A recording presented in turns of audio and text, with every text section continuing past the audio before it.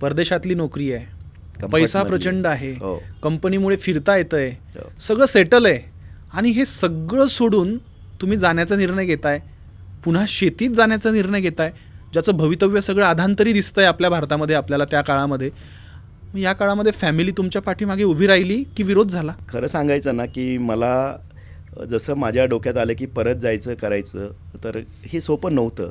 कारण एकेकाळी मी स्ट्रगल करत होतो परदेशात जायचं आणि परत आता सेटल जॉब, गलेलट्ट पगाराची नोकरी, परत येणे आणि हे सगळं करणं सोपं नव्हतं. तर कोणाला सांगायचं तर मी माझ्या लहान भावाला सांगितलं, अक्षयला, आणि त्याला सांगितलं की यार मला असं असं आहे, मला माघारी यायचं आणि काहीतरी करायचं.